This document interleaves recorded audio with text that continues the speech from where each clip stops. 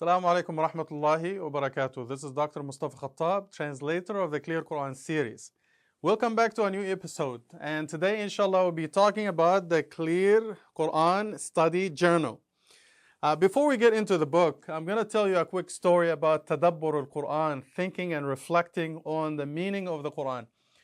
This is a true story that happened with a friend of mine who is a fellow Imam. He is now in the UK. He told me that this story that happened with one of his relatives in Egypt many years ago. So basically his relative had an ear infection. So he went to the doctor examined his ear, and he said, yeah, you have an ear infection, it's pretty bad. So the doctor gave him some tablets, and he told him, take one tablet every 8 hours, and I want to see you after 3 days.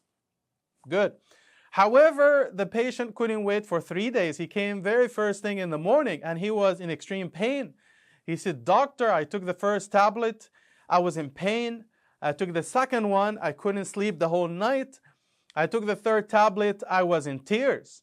So the doctor said, sorry, khair, inshallah, let me take a look. And sure enough, the doctor re-examined his ear, and he found the 3 tablets stuffed inside his ear.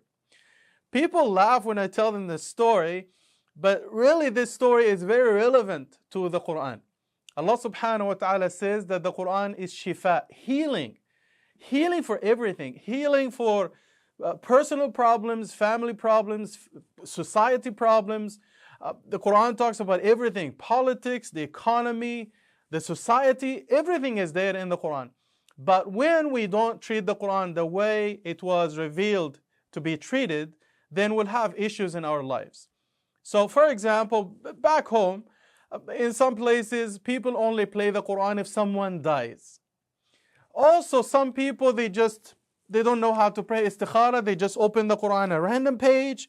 They take a look at the first verse or ayah they see, and because they want to make a decision, but they don't know how to go about istikhara. So they take a look at the first ayah, they see if it is positive, they go ahead and they do it. They make a decision based on that. But if it talks about suffering or struggling, something negative, then they ignore it or they do something else. Some people, they just frame beautiful ayat of the Quran and they put them in the living room to make it look nice. But really, Allah subhanahu wa ta'ala didn't reveal the Quran so we can do all of these things. Allah subhanahu wa ta'ala revealed the Quran for a reason. So let's take a look at the steps that you need to take in order to have this personal relationship with the Quran. The basic level is to read the Quran. Always read the Quran.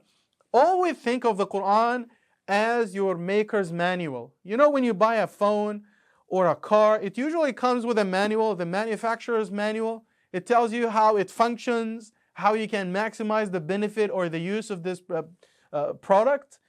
The same with the Quran. Think of the Quran as your maker's manual. It has everything. It will help you live a happy life in this world, a life of dignity, and inshallah you will be happy in Jannah because of this book. So what you need to do, read the Quran and try to understand it.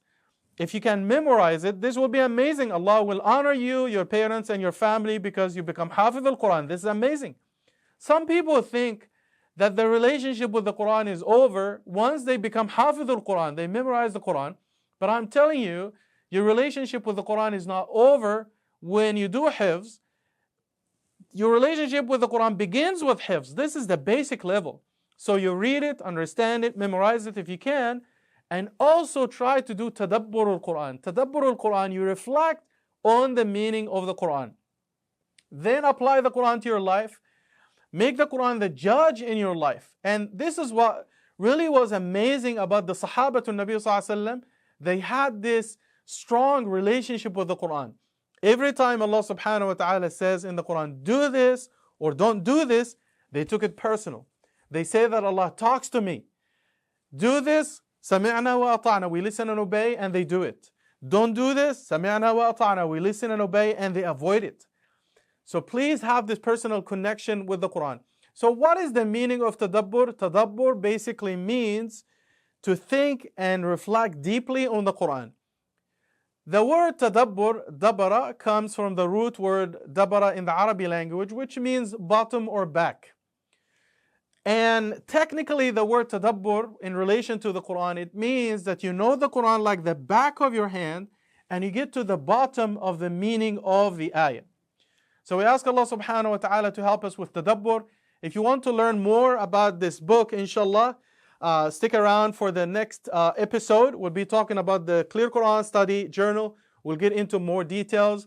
Please subscribe to our channel, like and share. And for more details about our books and the Clear Quran series, click the link. Jazakallah khair. Assalamu alaikum.